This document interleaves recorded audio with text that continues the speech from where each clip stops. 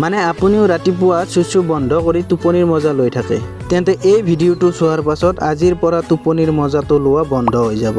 চাওক, ৰাতিপুৱা আপোনাৰ ইমানেই টান পেচাব কৰা লাগে কিন্তু আপুনি এনেকুৱা ভাবে যে ইয়াৰ টোপনি ইম্পৰ্টেণ্ট হয়, কিয়নো টোপনি এবাৰ ভাঙি গ'লে আৰু হোৱাটো নহ'ব, তেতিয়া আপুনি আৰু কিছু সময় দেৰিলৈ শুই যায়। চ' ইয়াত মন কৰিবলগীয়া কথা এইটো যে আপোনাৰ শৰীৰটোৱে উৰে নিশা পেচাবখিনি কণ্ট্ৰল কৰি ৰাখিছে, তাতে আকৌ আপুনি এলাহ কৰি আৰু কিছু সময়লৈকে বন্ধ কৰি থোৱাটো শৰীৰৰ কাৰণে ভাল নে বেয়া? সেয়ে এই প্ৰশ্নটোৰ উত্তৰ এজন সাধাৰণ মানুহক নুসুধি চিধাই ডক্তৰকে সুধো, ডক্তৰে কি কয়। চ' এই ক্ষেত্ৰত ডক্তৰে কয় যে আমি মানুহবোৰে নিয়মিতভাৱে 3 ঘণ্টাৰ মূৰে মূৰে ইউৰিন কৰিব লাগে। কিন্তু চালা আজিকালি ইমান প্ৰতিযোগিতা আৰু ব্যস্ততাৰ মাজত 5 মিনিট জিৰাবৰ সময় নাই, তাতে আকৌ 3 ঘণ্টাৰ মূৰে মূৰে চুচু কৰিব যোৱা আৰু ইয়াক কম্পালচৰি বনাবৰ সময় আছে জানো মানুহৰ? কিন্তু কি হ'ব পাৰে যদিহে আমি প্ৰত্যেক 3 ঘণ্টাৰ মূৰত চুচু নকৰো, তেন্তে শৰীৰৰ কিবা হানি হ'ব পাৰে নেকি? চ' এই ক্ষেত্ৰত ডক্তৰে কৈছে যে হয়, ই শৰীৰৰ কাৰণে বহুখিনি হানিকাৰক হয়। যদি বহু সময়লৈকে পেচাব বন্ধ কৰি ৰখাৰ অভ্যাস কৰি লয় তেন্তে